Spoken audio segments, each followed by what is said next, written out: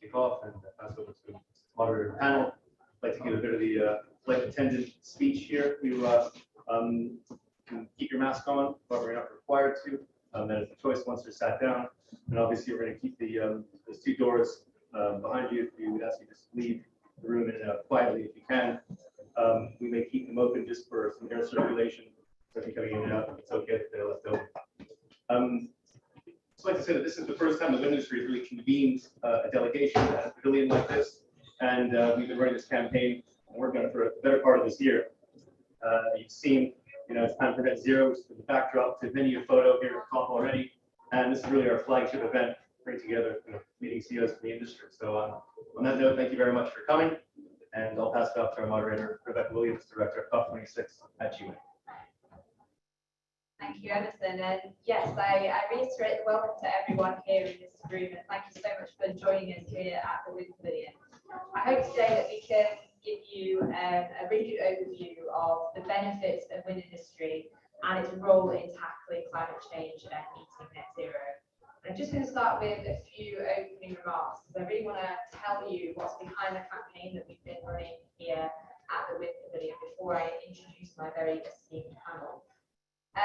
So as Emerson said, this is the first year that we've gone full kind of big bang on wind at COP26. We've had delegations before, but I think it really shows the journey that this industry has been on and the technology has been on, that we're now here able to represent ourselves in this way at the Wind Pavilion and at COP26.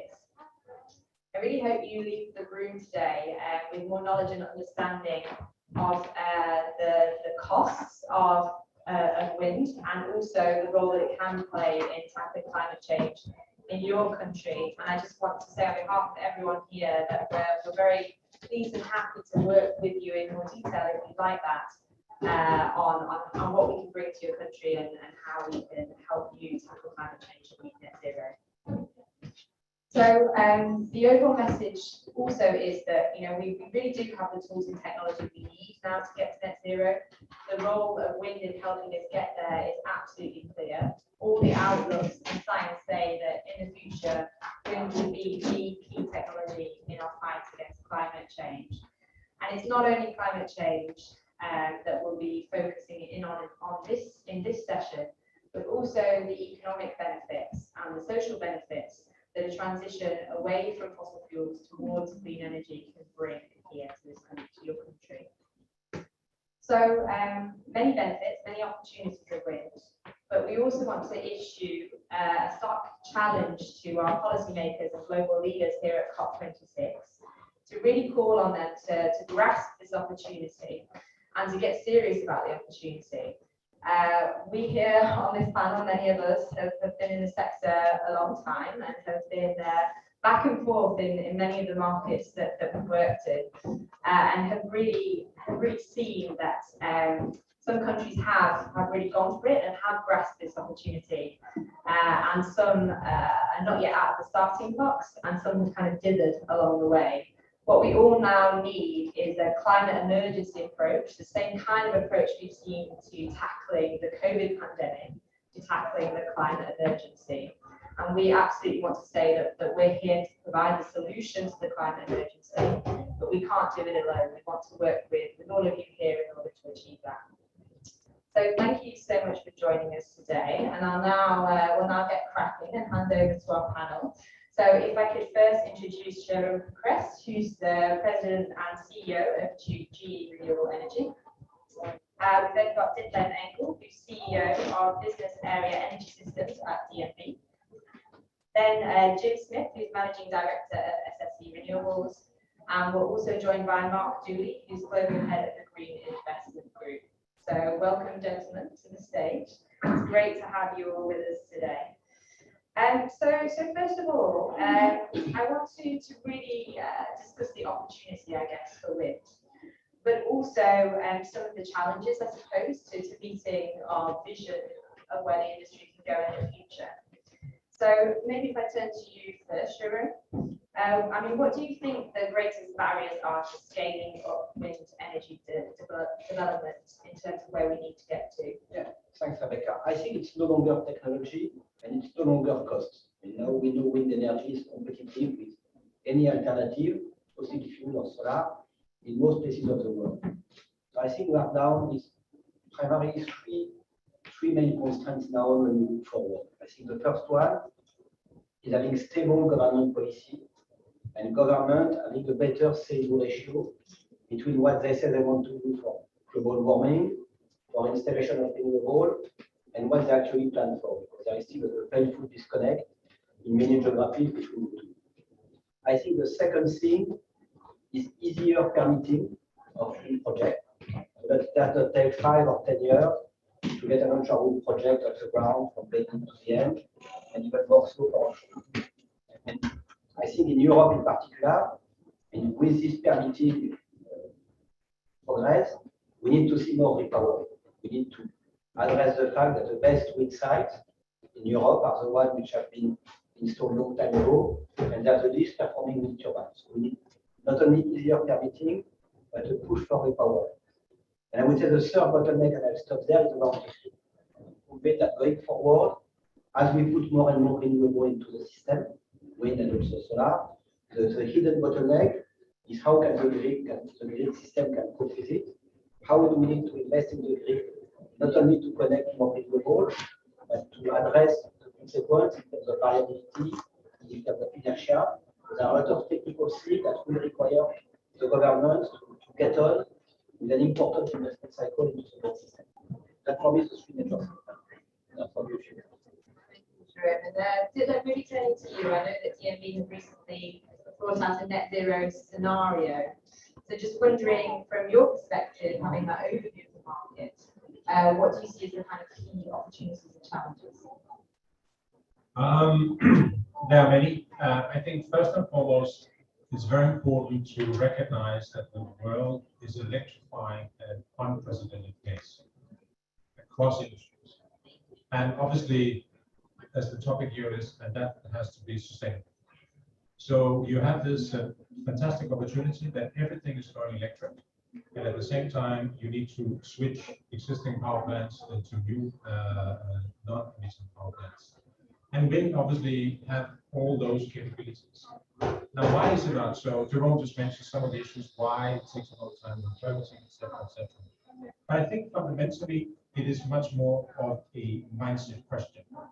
It's a question of that so much innovation has happened over the last 20 years in this industry, which is phenomenal. And at the same time, it's a very capex intensive industry. So if we're going to get to these scales, the way that we pay for power, the way we do the planning on a governmental level is absolutely crucial. And then also, as mentioned, the grid. In our daily work, we do a lot of due diligence, for instance, on renewable projects. And I can tell you, going forward now, everybody says we'd like you to do a due diligence renewable project, and at the same time, we'd also like you to make a grid study. Because the enabler here is, and that's the unsung hero really, is to the investment into the grid is such a key for this. And so we want all this to happen, and I can just mention, and then I'll stop here, that we were asked by the EU Commission to look at, if you're going to build out all the offshore wind that is required in Europe, what about the grid? So we led a project for 34 different companies on behalf of the Commission to understand what does the future grid need to look like. How are we going to use the ports for this and how? So the whole thing is about acknowledging that if this is going to happen, we have to understand there's an industry revolution that is taking place at the same time, and that we need new market models and a new mindset. So exactly as Jerome said, nothing to do with the technology, but it's the environment around the technology that has to go. Thank you so much for that. And Jim, do you agree? Do you think that grid is kind of the biggest challenge for us to overcome here? Yeah, I mean, I would agree with what you said, and I think if you look at, there's obviously been a lot of success in all the offshore wind, but there's a rather stark statistic that I've heard a few times now, where actually the whole life cycle from an idea to first generation, 90% of that period is the development phase, 10% of the construction phase. And if we want to go and achieve net zero, then we need to go faster, so we need to address that particular issue. And part of that for me is the whole grid connection. I'd like grid, and Joe touched on it. I think it's not just that, but I think we've also got to address the intermittency issue with storage solutions. Because I think if you look at certainly what's happening in countries that have built out a lot of wind, we've not really addressed the storage issue, and we're only now beginning to think about it. And actually, we should be thinking about it at the same time. So I think for me, there were those two things. And then I think the third thing I expect to add is that whether it's government policy or whether it's corporate PPAs or whatever, we need a steady income stream, because that's the way we attract the finance into the industry.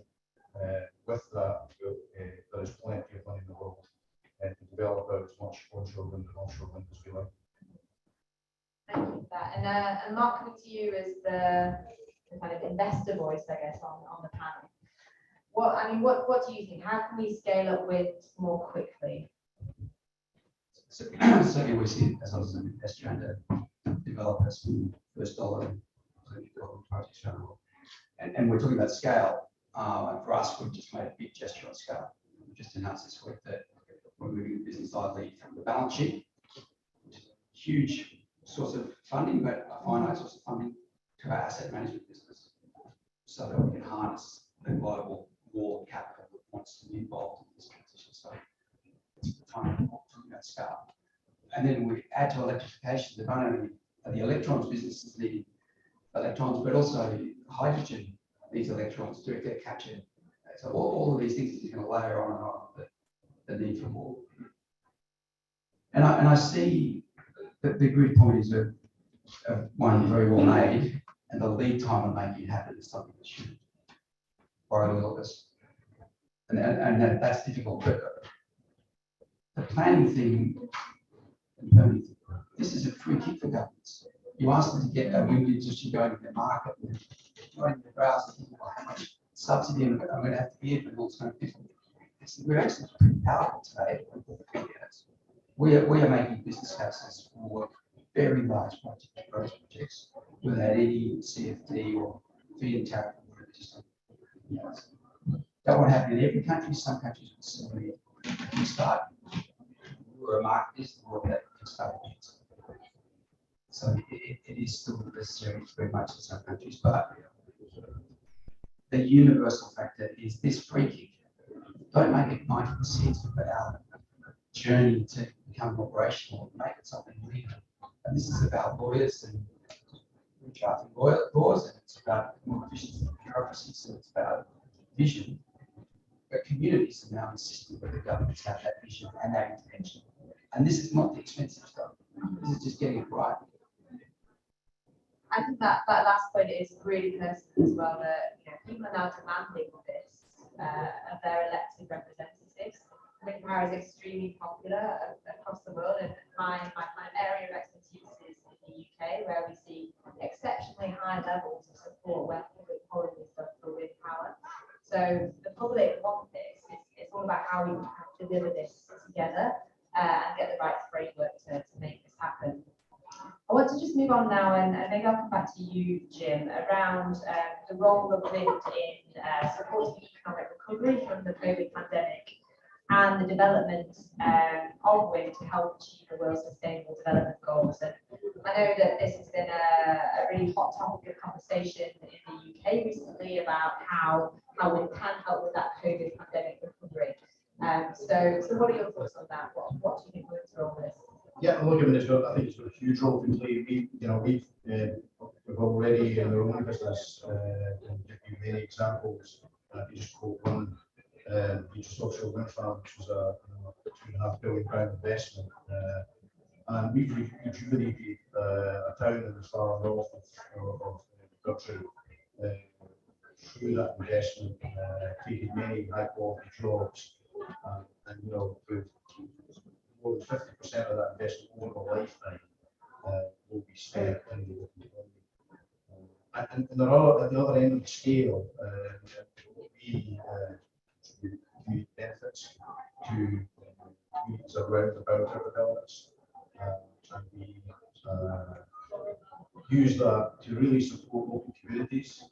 I've seen a great example. It's at really early end of the scale, a really small island of Scotland. wanted to develop a small hydro scheme. This is a population of 160 people. They've used the funds that we've generated from our investments to build a hydro scheme to support that local population. It's an absolutely fantastic story.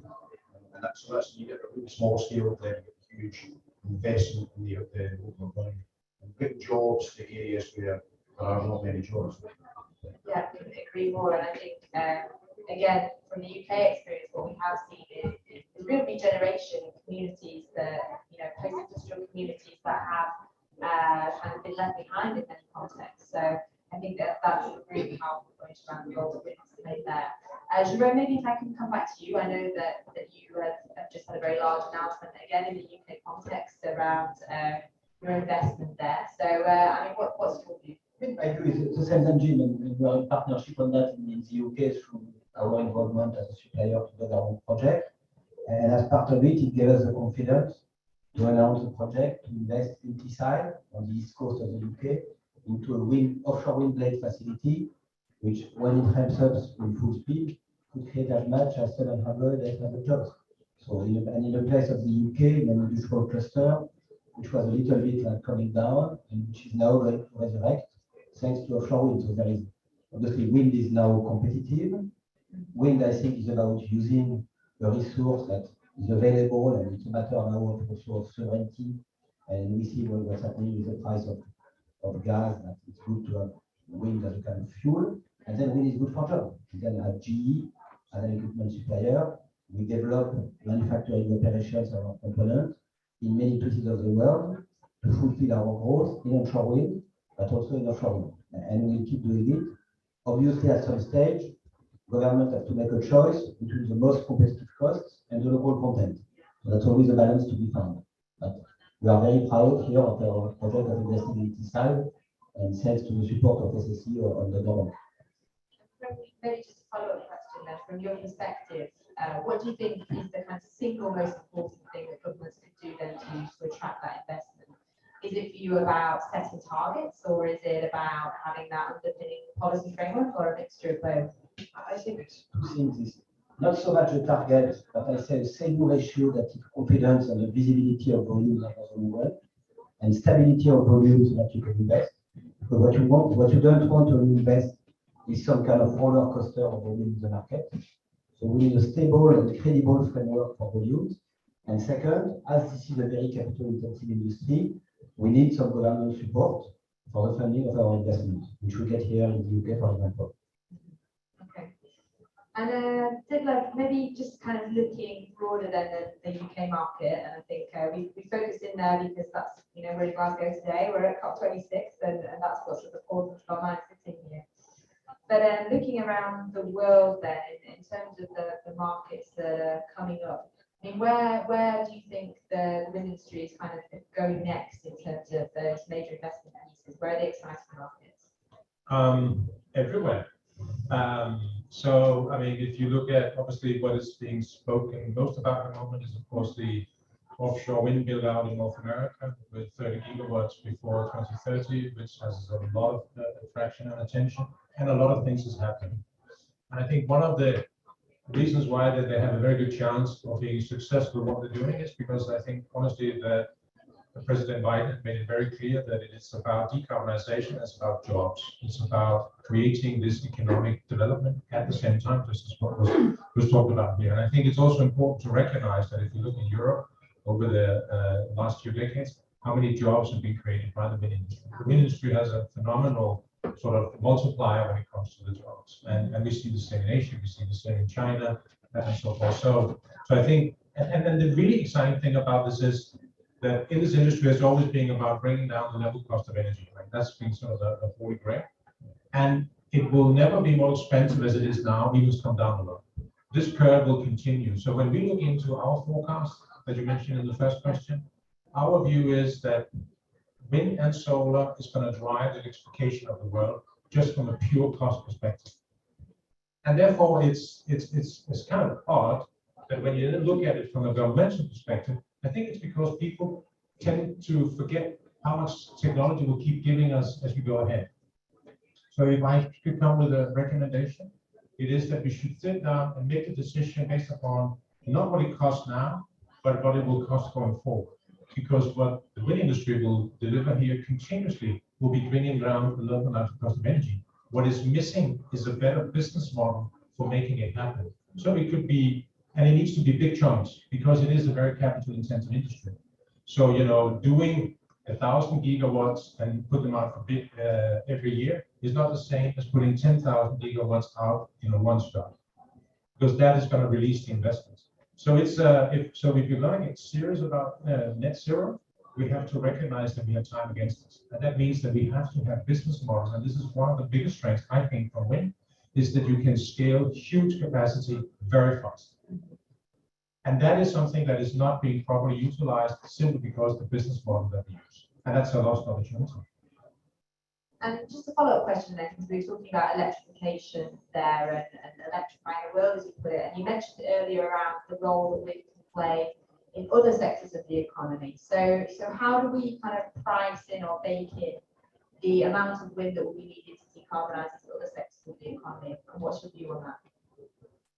So I don't want to sit and do sales pitches, but if you go to our website, you can actually download the Pathway to Net Zero report. But the real issue here is then you have to think about, okay, so how can wind go together with hydrogen? And what is needed there? And all the thing you have to understand, it's scale, scale, scale. And a different mindset of how you're going to make that scaling happen.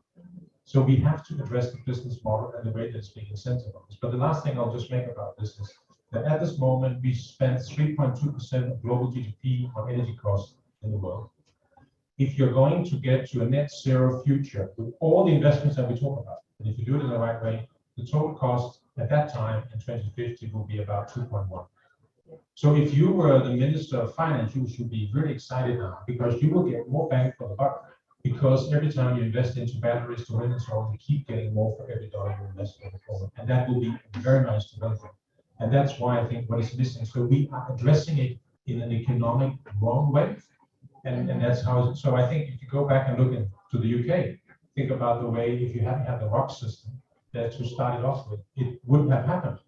Contract for differences and so on. Some of those mechanisms that was put in place at the time.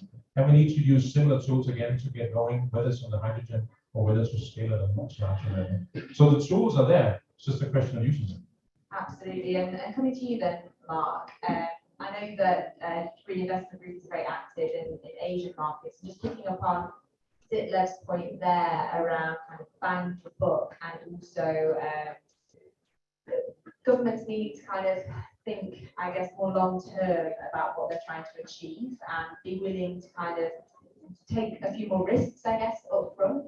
Do you also agree with that? And how do you see that playing out in the Asian markets you're working at the moment? I think Korea is a good example of maybe what good looks like.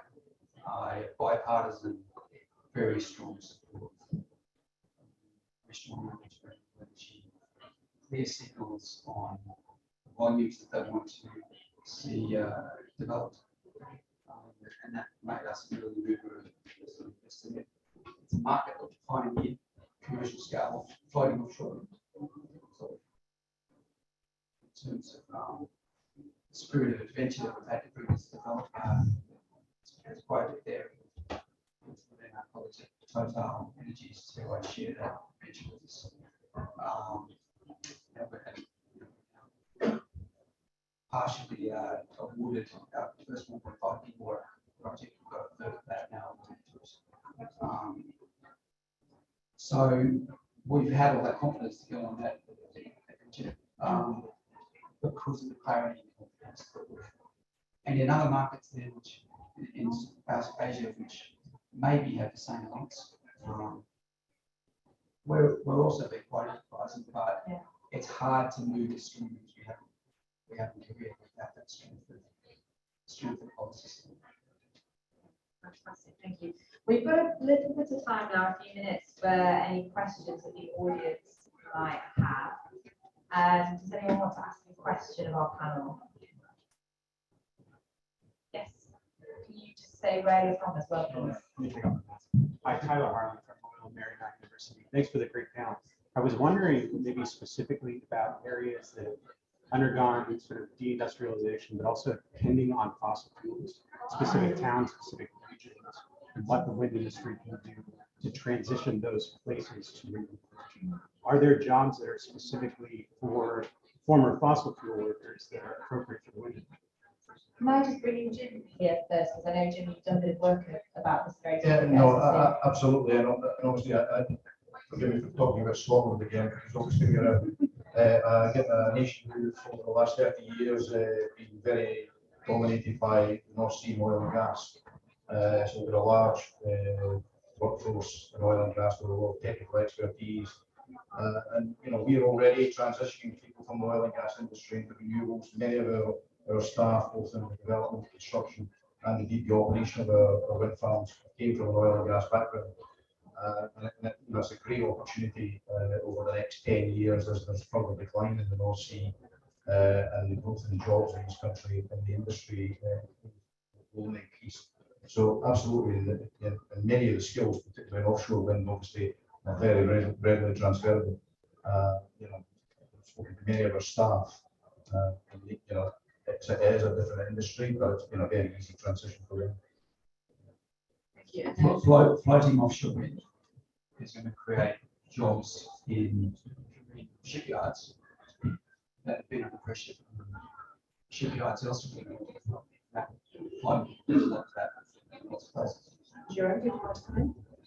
And I would add, in many places in Europe and the US, we have a number of portal areas, which are in kind of disarray, which are getting into a strong revival to provide towers for offshore wind, blades for offshore wind, nacelle assemblies. We see that here in the UK, but we know that in many places of Europe, we see huge potential for making jobs in ports. I think longer term, it could be also about hydrogen. How you take places where we have fossil fuel power plants and retrofit them with hydrogen to continue to maintain this job. That's going to take a few more years, but somewhere on the horizon. Thank you so much. And time for one more question. Yes, the lady in purple. Yes. So first of all, I'm from Brazil and I'm here with Columbia University. And as one of the markets that has huge potential for wind, especially offshore wind, I was wondering, and I wanted to hear your perspective about this. I'm doing work in Congress right now with the Senate, and there's a lot of push for an offshore wind regulation. However, even if you read the technical papers from our energy regulatory agency, they say that offshore is not competitive because we already have a lot of other renewable capacity in Brazil. So my question is, what arguments would you give to policymakers and for governments to have offshore wind regulation? So I can write them down and pass them. Much bigger turbines with much higher capacity factors, which means they produce more during a given year. So that's much more powerful, and the ability to get large-scale projects. You can get projects like the government, where SS is doing, is 3.6 gigawatts. You can't find this kind of size onshore. Sorry. Jim?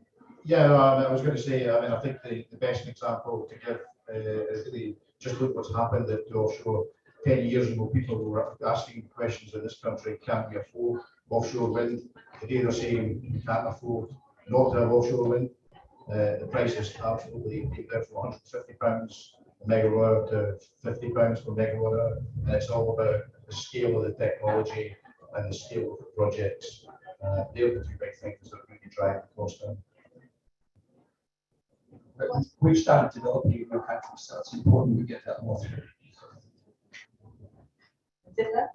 Just wanted to add that apart from the phenomenal development that's been on the technology side for the turbines, maybe when you go home and write, maybe you should also Google energy islands in Denmark, because that is a complete new approach where you're going to build a huge island in the North Sea, where it's going to produce hydrogen, and this is a massive investment from the government with a complete new business model. So there will be 2 energy islands developed in Denmark, has to be there before 2030.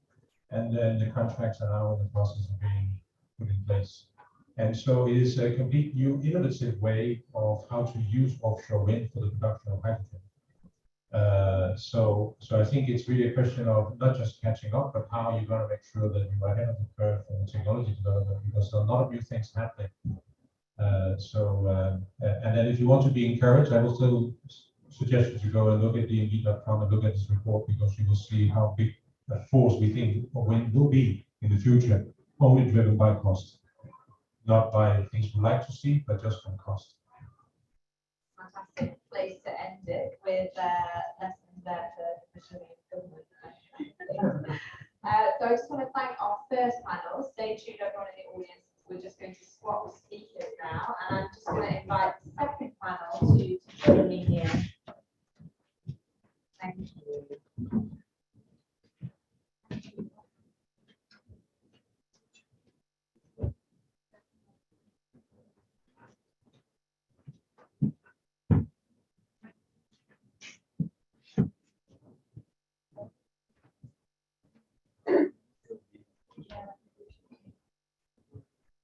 That was very seamless musical chairs we just played there. So now I've got with me Duncan Clark, who is head of region of the UK for Ørsted. I've got Mary Quaid, who's CEO of Mainstream Renewable Power. I've got Eduardo Medina, who's the CEO of RES, and I've also got Ben Hunt, who's Global Head of Corporate Affairs for Siemens Gamesa. So welcome, second panel. Great to have you with me as well. And we'll get stuck in and get straight to it. So we heard in the first panel there about the scale of wind and why that's so important. But I just want to talk a bit more about how that works in practical terms and kind of how can we learn the lessons of the markets that have already been successful and take those to new countries around the world. So maybe I'll start with you, Duncan. But Ørsted's obviously been very successful in the European context to date, and now I know that you're developing also in North America and in other places around the world. But how replicable do you think the kind of European model is globally, and what lessons can you take from the experience so far to other markets? Yeah, thank you. And much of it is replicable. I think we heard just now that the scale of the projects, the scale of the technology has driven these costs right down. I mean, it's an amazing transformation. The first gigawatt scale offshore wind farms have now come to fruition, and that's involved mobilizing capital at a scale we've not seen before. So one thing which is heard, which I think is replicable, is when you're mobilizing in that scale of capital, you need to offer the investor line of sight to the revenues. And so whatever part of the toolkit you use, in Europe we've seen everything from renewable certificates through to contracts for difference, and it doesn't really matter what the solution is, as long as it is what an investor can see and rely on. And that's of course needed because this is a capital intensive upfront solution, low cost over life, but you need to have that confidence view over the lifetime of the asset. So I think that's one bit that's very important. I think what we've seen in a lot of places is that the pace has been set by how connection into demand can be made. Yeah. That might be a transmission link into a existing grid, for example. And I think we've seen countries and regions do some better than others at making that available at the pace needed. So I think to learn the lessons, if you want to go as fast as possible, I think it's solving some of the basic building blocks. If you do that, then the industry will come and the money the investment will be made. Thank you. Thanks, Duncan. And Mary, I know that Mainstream is very active in some of the kind of pioneering markets, I guess you'd say, for wind. I mean, what's your perspective on this? How can we kind of learn lessons from where wind has been successful so far and take those to the new markets that we're looking at now? Yeah, thanks, Rebecca. Really so many of the points have been made already, but again, I'd emphasize from the developer perspective, it's very similar, to that of the supply chain perspective that Sharon spoke to earlier. And, the visibility and line of sight of opening up more and more areas of seabed for offshore wind development, and providing line of sight to a scalable industry, that very clearly reduces the risks to developers making investment cases, as well as then to industry to enable them to invest in supply chain. So many of the factors are there and are well known and are well understood. Another area that I would point to, and we see this clearly across Southeast Asia, is the role of wind to displace very coal-based markets. We have a significant presence in Vietnam, where we're developing offshore wind at scale. And there, clearly, I believe that Vietnam and countries like it have the opportunity and are availing of the opportunity to leapfrog the transition. So it won't be as slow and steady a level of pace as we've seen in more mature markets.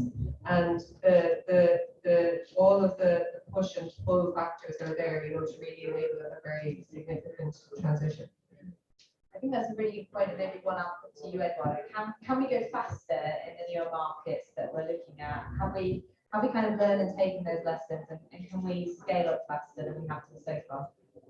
I think coming back to what we discussed in the previous charges, I think we will have to make a connection here in order to answer this question. I think that the challenge that we have ahead of us as developers and also in the industry is very big.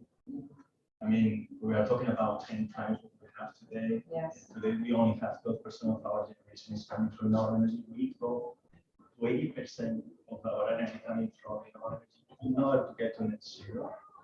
So we have two groups of countries. If we talk about the mature OECD countries that have been developing these projects for the last 20, 25 years, like Europe or the US.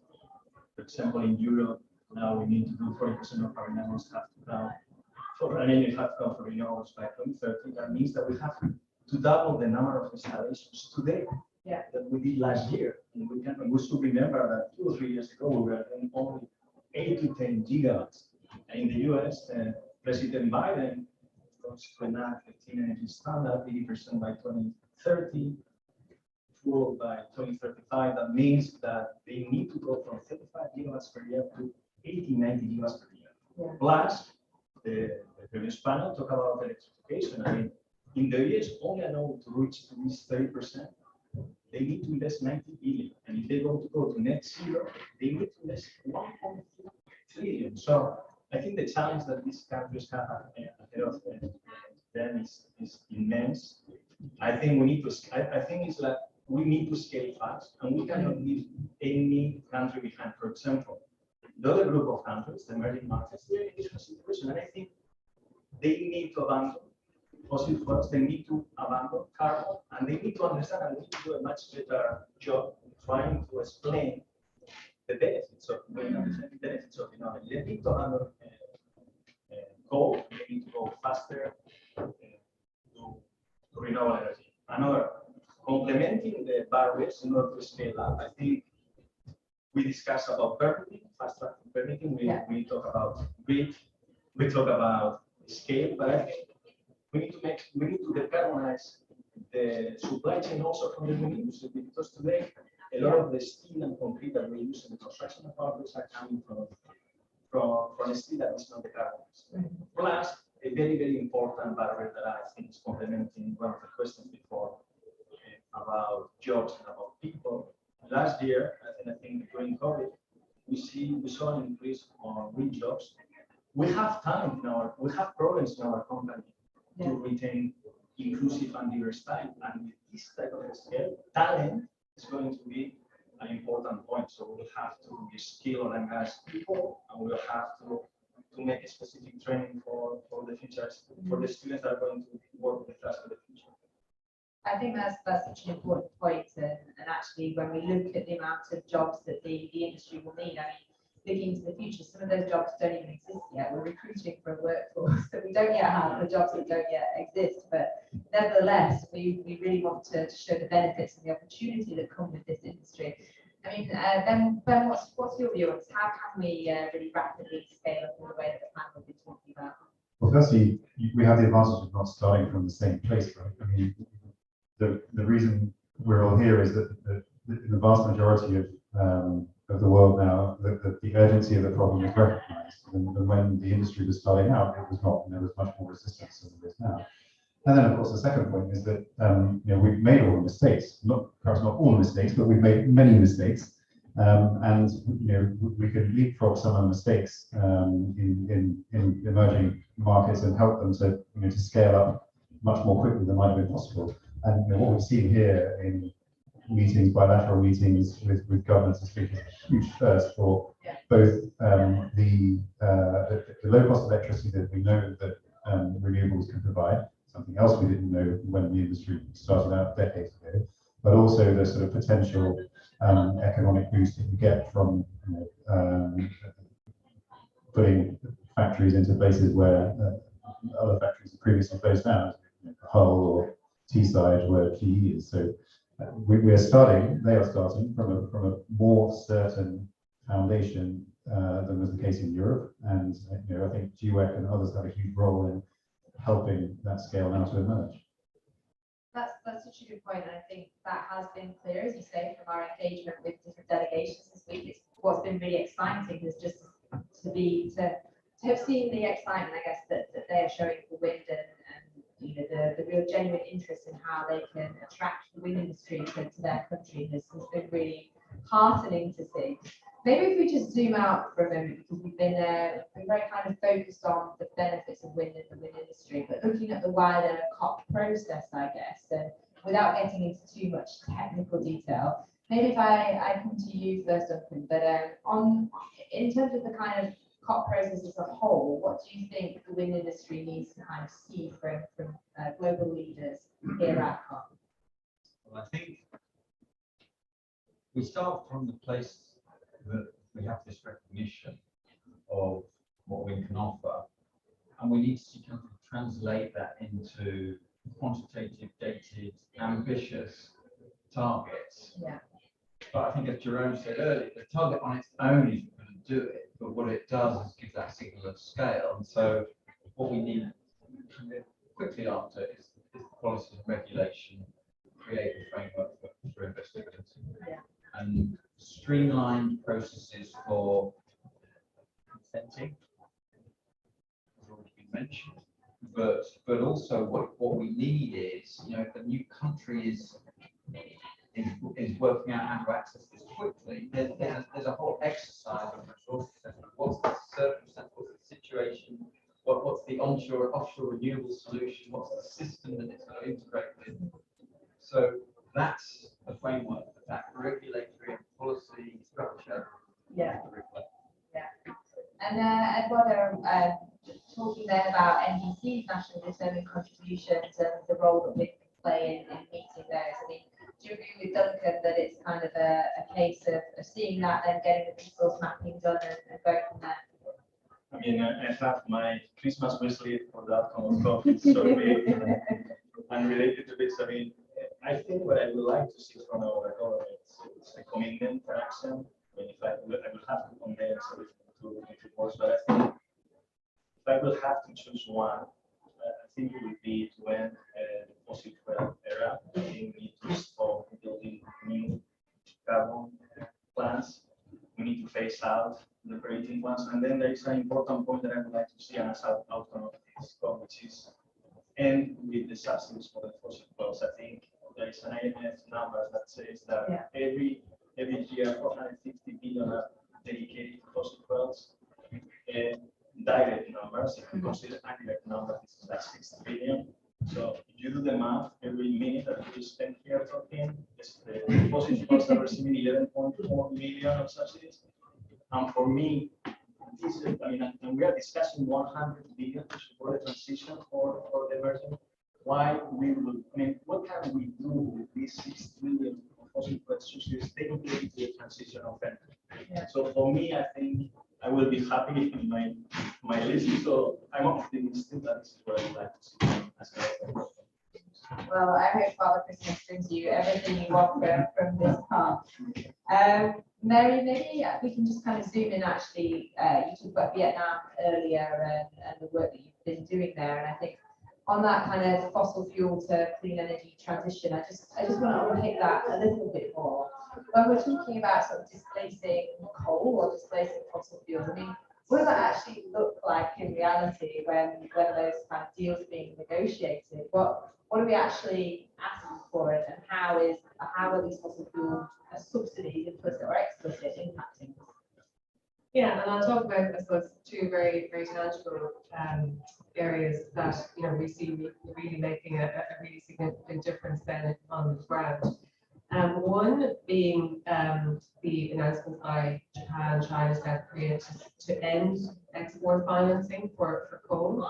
And, you know, we're seeing that having a really significant impact, because if it's no longer possible to source finance for new coal, if it's no longer possible to get insurance for new coal plants, then, you know, clearly, you know, the governments really then have to look very closely as to what the alternatives are. And it really focuses the minds, focuses efforts, and focuses attention. And we're seeing the really tangible benefits of that in, you know, countries such as Vietnam, I've mentioned earlier, you know, Indonesia, in other markets, also South Africa being a case in point. And, you know, linking the question also to the earlier question in terms of, you know, the wish list for COP, you know, I would just point to really tangible actions are required. You know, the conversation has gone and moved on from, you know, why are we trying to combat climate change? That's fully understood and accepted. And then, you know, it became, so what do we need to do? So targets were set, and that's all very well and good. But now it's, you know, how do we do it? And what we're seeing over and over again over the course of this week is, you know, countries coming to us saying, I know what I have to do, tell me how do I do it? Whereas, you know, it's not that long ago when the conversation was the other way around. It was us as industry saying to governments, this is what you need to do and why. So the conversation is flipped on its head now, and we really need to translate that into action. So back to the question again around fossil dependency, like, you know, the announcement earlier this week in terms of a very significant financing package for South Africa to reduce its dependency on coal. You know, a significant, that was an $8.5 billion investment announced. If that goes into, again, back to the earlier panel discussion on transmission and grid and you know, really significant infrastructure, plus, you know, repurposing old coal plants, enabling the just transition, the upskilling, you know, they're really tangible factors. And looking back to previous COP, where, you know, $100 billion of capital was, you know, announced as a target but didn't translate into reality. We need to see that tangible actions, you know, not just capital, but across other factors from Glasgow. Thank you. And I wish I could claim this phrase as my own, but actually I stole it from a meeting we had yesterday. But I think the really hopeful thing also about this COP is that when we're talking about renewables, we're talking about really, it's all about what governments should do rather than what governments shouldn't do. And there's a lot of focus still at this COP around what they shouldn't do. So I think our collective target for the next COP, the COP27, needs to be all around making the conversation around what they can do and what the benefit of that is, rather than just telling them what they can't do. Ben, maybe just back to you. We spent a lot of time focusing in on the European market and the North American markets, and also talking about Asia. But from your perspective, I know that Siemens Gamesa have done a lot of work in Latin America and also in Africa. And I just wondered what your perception of those markets is and how we can upscale wind in those places too. Well, in some ways, the challenges don't change from one market to the next. So it was very interesting speaking to the Colombian government yesterday and the Chilean government today. They face exactly the same set of problems that everybody else has faced. So it's a question of building a political commitment which can be married with you know, the commitment of capital and the commitment of the developers and OEMs such as ourselves to, you know, to make it happen. And, you know, one of the issues that we see is just a lack of stability in many of the countries that we operate in. It's not a question of, you know, stability necessarily in government, but stability in their approach to how they're going to roll out renewables, for example. And, you know, you make some progress and then you make less progress, you go backwards, and you almost feel as if you're starting from sort of square one again. So, you know, we want everybody to be chilly and you know, with a very predictable, very consistent, very open, very problem-solving approach to the way in which you do business. and perhaps less of the piecemeal approach that we see in other markets take place. And in certain African nations, for example, there's just a colossal opportunity. There are many reasons that they shouldn't face the same issues that we face in Europe with just lack of space, for example, right? The lack of natural resource. It's a question of political willpower and consistency over a period of time that allows safety for investors in those committing in those regions. Thank you. So we've got a bit of time again for any questions from the audience before our panel departs and we do closing comments. Yes, gentlemen over there. Yeah, I'm Sanjeev Chadha, Pacific Institute. I have a question for both the panel members. And I see the huge potential of it. Can you quantify just how big a role wind can play in getting to net zero? And my related question is, you talked about different countries. This is the one country which really stands out as a potential role model in terms of enabling a much faster transition to energy. I could answer on the potential, but probably DNA wants to give better number, but I think we are talking about terawatts, 15 terawatts for onshore, 15 terawatts for offshore. I don't know, I mean, you know the numbers of your study, but I mean. Yeah, if you want to, if you have a specific figure, please do So I can't remember all the numbers off the top of my head, but basically renewables will be about 70% of total electricity production in the world. Yeah. I don't know how many terawatts it is there. I can't remember that. It's a lot. So It's like 13 terawatts, both onshore. Yeah, so I think that, yeah, then. No, so I mean, within the IEA net zero by 2050 and the IRENA World Energy Transitions Outlook, very similar, over 8 terawatts for wind power. Obviously, a lot more solar, but then solar has capacity factors which are much lower. So by the end of the day, you get to the 70% of the thickness mentioned to be the backbone of the electricity system, and it's wind and solar, roughly equal measures in terms of terawatt hours. And your second question was about the one market that has the most potential. Is that right? It's more a role model, you know. Role model. Leading the way. Who's leading the way? We might get different answers here. Yeah, that's you get several different answers. So Ben mentioned Chile, so I'll use that as an example because when we entered the Chilean market back in 2009, there was no renewable energy sector there, and it was a hydro-based and also fossil fuel-based energy system.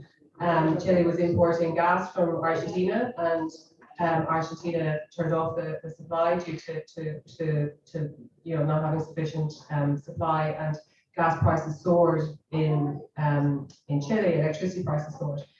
And Chile is an example. Rebecca mentioned at the outset countries that went all in, countries that hesitated, and countries that kind of dithered and changed their minds over the years.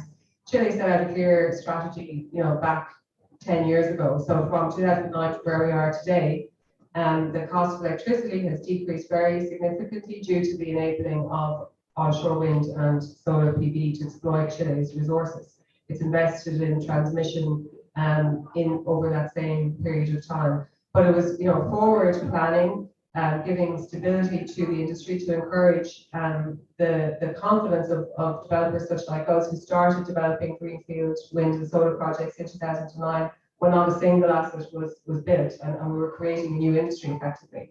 An open, energy ministry and civil service and regulator who engaged with industry and listened to what we had to say with regard to what worked in other markets, and straightforward, a clear permitting process in terms of then bringing projects through the development cycle as efficiently as possible. We adopt a very community focused approach to development, and the Chilean authorities very much again supported us with those initiatives, and enabling renewable energy then to just simply play its own part. So the options for regulated energy in Chile are technology neutral, in fact. So, we have competed against and beaten hands down the cost of both existing built fossil fuel projects and new projects. So that just allowed renewable energy to compete on its own right, and to then have the ability to foresee, an industry developing at scale. So, they're very, quite basic points, it sounds, as I describe it here, but, it's a joined up, I suppose, thinking, long-term planning, clear, clarity of investment and allowing renewable energy to play its role. And I see Ben wanted to. There's one really other important point on the Chilean model as well, which is that they actually built a case for renewable energy across civil society, from government to business to NGOs and to the public. And so the meeting that we had with the minister this morning, they have an election coming up, I think in next month. Is it next month? And it looks as if it'll be won either by somebody from the far right who doesn't believe in climate change, or from the far left who doesn't believe in the economy. And the minister is convinced that because of the case that they built for renewable energy as a part of the country's development, that they can survive either of these candidates winning with the common sense and moderation of the Chilean people. Which I was kind of think, well, good luck, but yes. Yes, yeah. So I can actually contribute a little bit more to the first question about quantifying the potential. I'm a PhD student at Stanford University, and I recently completed a study for onshore wind mapping across the United States, actually in collaboration with Stephen. And we found that 32 terawatts would be available across the US after excluding all infrastructure and excluding wind speeds below 6 meters per second. And similar studies for Europe and other countries. Thank you. Thanks. Some great resource sharing and information gathering happening here in the audience. So thank you. I think that's all we've got time for today. So all that remains for me to thank both of our panels. It was a fantastic session. We really want to talk to you all more about the role of wind in helping you meet your climate targets. So please do grab us after this session, and we'll be happy to discuss that in more detail. But thank you so much for coming to the Wind Pavilion today, and thank you to my panel for leading there. Thank you.